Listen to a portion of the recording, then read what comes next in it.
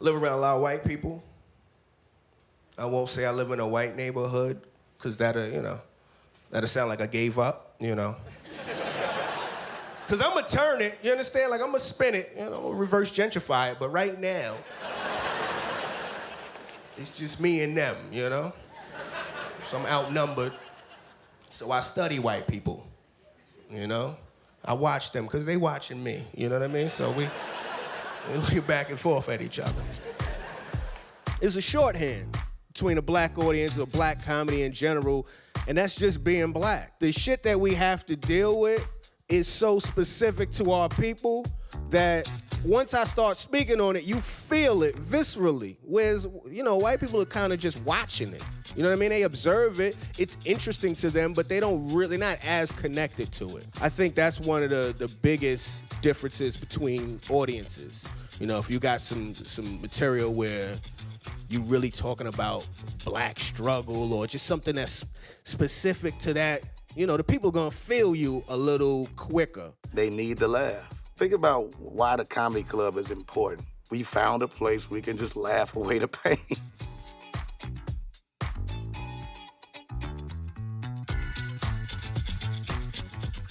White people are more laid back because of their privilege. I mean, I'm winning at life.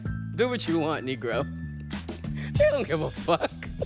That's their privilege, man. Like, they got probably a nice job, they got their house, or they got that PA job, whatever. It's just, their culture is just much more laid back because it's America. They fucking winning. So they are more theater style. Interesting. Yeah. You have mixed audiences. And part of what happens there is that you get to see the disparities in how people understand the world, understand themselves in the world. The kind of privileges that people have to be pretty much innocent in a ridiculous way about the way that the world works. I talk about the difference between when I grew up and these kids now, right? So it gets into this whole place of I start talking about, when I was a kid, if they wasn't protecting us from anything. They was trying to kill us. They do too much protection to these kids. Even the way they protect these kids from pedophiles is different than when I was a kid. It's the truth. People who grew up in the 80s know, when we was kids, if you got molested, you just got. That was it. That was it. It wasn't nobody. What? They ask you one question. Where you get molested? Down here? Well, I told you not to go that way. That's where the molester lived. That you should have been. Now I gotta take off from work because you need counseling. I told you not to go. Woman goes, oh, no, don't fucking owe at that. Bitch, it's true. So don't fucking owe me. And her man, come here. It's okay. Like she's in a rape crisis center. Get the fuck out. You all right? You being triggered by the shit I'm saying? Well, try to be a nigga in America then. If you so triggered, Tiffany, get the fuck out. You ain't got to cocoon this bitch. She can't handle it. It's a distraction with you doing that while I'm up here saying some real shit because you tightening up everybody else in the room like, oh my God, I can't believe she said it. I'm up here for a lot of reasons. Number one, because I'm suicidal. Every comic is. I'm just too fat. That's why I'm still here. You understand? It's hard for me to die. Mixed audiences reveal inequalities of class, gender, even regionalism, right? So people in mixed audiences laugh in and out of confluence and sometimes clash. So I'm sitting there one day and one of my rivals walk up and he hit the back of my car and he just yelled, Rabbit, get the hell out of the car with your fat ass. Now, Rabbit is my hood name because you can't go by your real name in the hood. Patricia don't sound tough at all. I get out the car and we arguing and he fucking spit on my car. I reach in the car and grab my baby bag. And I move the Pampers over, then I move the crack over, then I get my pistol. Cause I'm a good mama, you gotta keep all the shit together. And so I take my gun and I stick it to his dick. And I said, now get that shit off of my car before I turn your dick into a blooming onion. He wiped the spit off, and I said, now get the hell out of here. He walks away. He gets halfway up the hill, and he turned around, and he was like, when I come back, bitch, I'ma kill you. Now, I'm from the hood. You hear that shit every day. You don't believe it till they lay you down. White people, don't let this white guilt get you, okay? Relax. This shit is funny. White audience will pull back. Like, when you go too deep, they be like, oh, and they want to feel sorry for you. So I have this line in my set, look, white woman, don't start that shit, because they'll cry right there at the show. If you're feeling sorry for me, write me a check, bitch, we can cry together. I didn't come here for no pity party. I came here to make your ass laugh so I can get paid. People might laugh at misfortune because they know misfortune deep down, you know? And then them who don't have the privilege of not knowing a lot of it, don't find it funny, you know? They think it's offensive or not necessarily a thing. Why would you laugh at death, you know? Because they don't have to think about it as much. I just did this recent bit about, since I wrote the book, my kid's father trying to say he didn't know I was 14 when I gave birth and he was 22. I'm like, dude, you picked me up from a fucking elementary school. What did you think I was, a school teacher, a short cafeteria lady? I was the only person at the elementary school whose boyfriend had a car. Everybody else's boyfriend had a fucking big wheel. And I did it this past week, and a white lady started crying. I'm like, dry them fucking tears. This shit is funny. So, I mean, yeah, like black folk, they be falling in the floor. Oh, that shit is funny. But white people think too much. Like, oh my God, that's abuse. Well, bitch, that was 30 years ago. Today we laughing about it.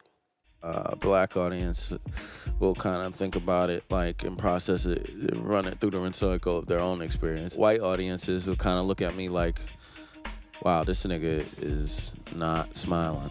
Have a joke. I'm like, I grew up in a large Muslim community. And I remember growing up, I was very afraid of ninjas.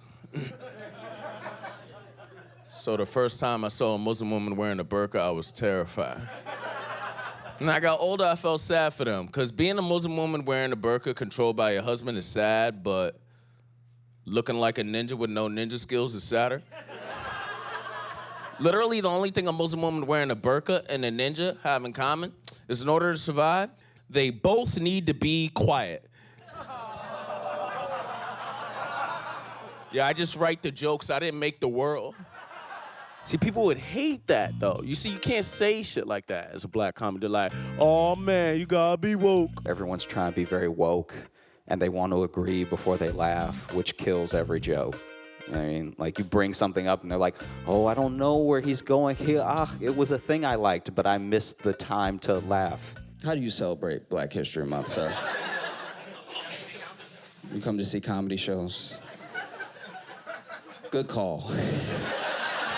You know, I've heard that a lot of white people celebrate Black History Month by giving the nearest black guy $20.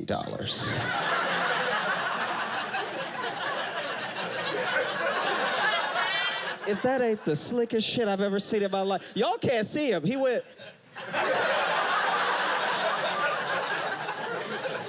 I'll do it with just a dab right there. Ah, gotcha. To me, that's the biggest difference between the white rooms and the black rooms. The black rooms, you got to bring it right away. They're going to let you hear it. White people will look at you, and after a while, it gets awkward, where when you look at them, they'll look away. They'll look away. You know what I mean? They'll look at you and be like, oh, he's really trying. He's really trying. This face,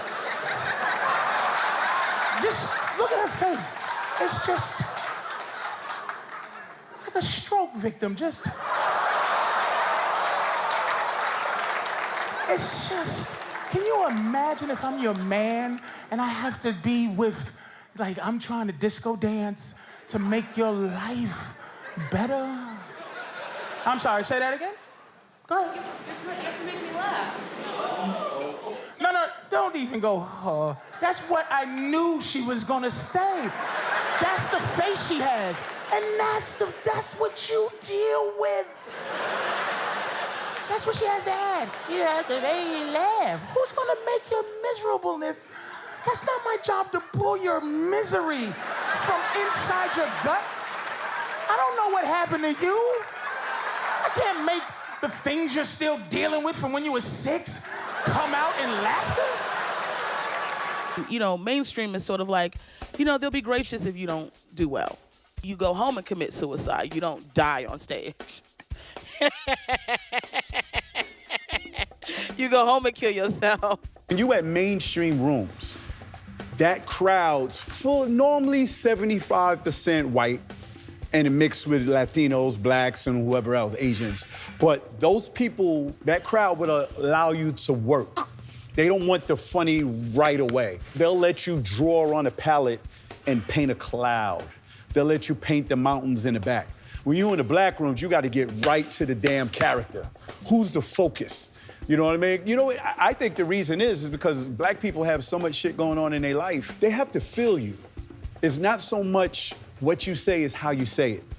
And it's not so much what you say, is do we believe you? Making a little bit of money, but you know, still, you know, I can't stand hanging out with no broke friends. Everyone got a broke friend. Some of y'all hanging with the broke person right now.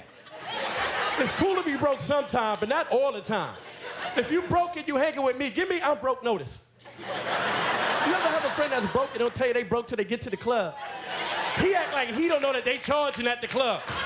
Like this is something new, they just started. He get to the door, be like, how much? $8? $8!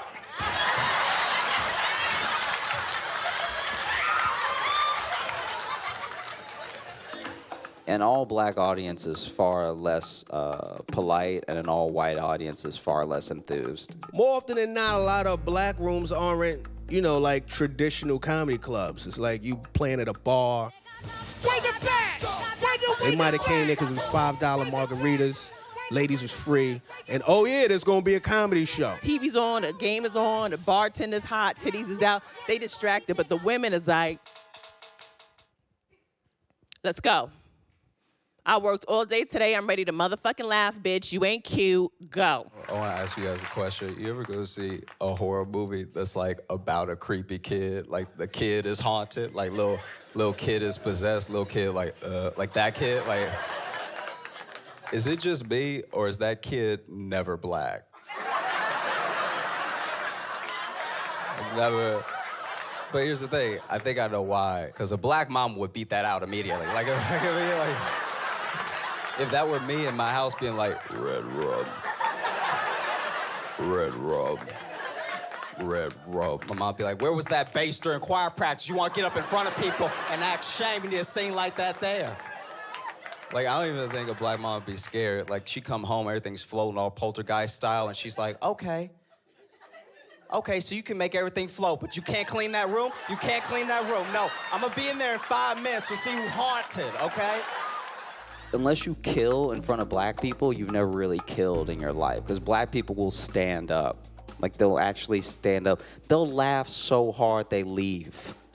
Like, they'll be like, it's enough, and then just leave. If I pay $100 to see you, I think I got every right to run up and down the aisle if you say some real slick shit that I enjoy. It's exuberance, man. We're exuberant people. Everything that we do usually has a lot of us coming out. It's a lot of soul in it. I think that might come from the black church. So sometimes like if I do like black rooms or whatever, I can say, hey, you ever been in a situation where this happened to you? You know, you ever have your girl have a bad dream and she wakes up and is mad at you? You know, and that might be the start of a joke.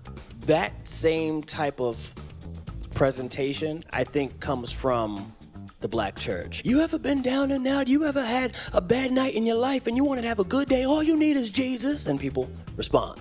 It's that same type of feel. It's that same type of rhythm. You guys, tell me if this ever happened to you. Like, you be in the bed, right? And you're with your girl and you're sleeping. And all of a sudden, be like, ow! And she'd be like, I just had a dream where you were sleeping with another woman.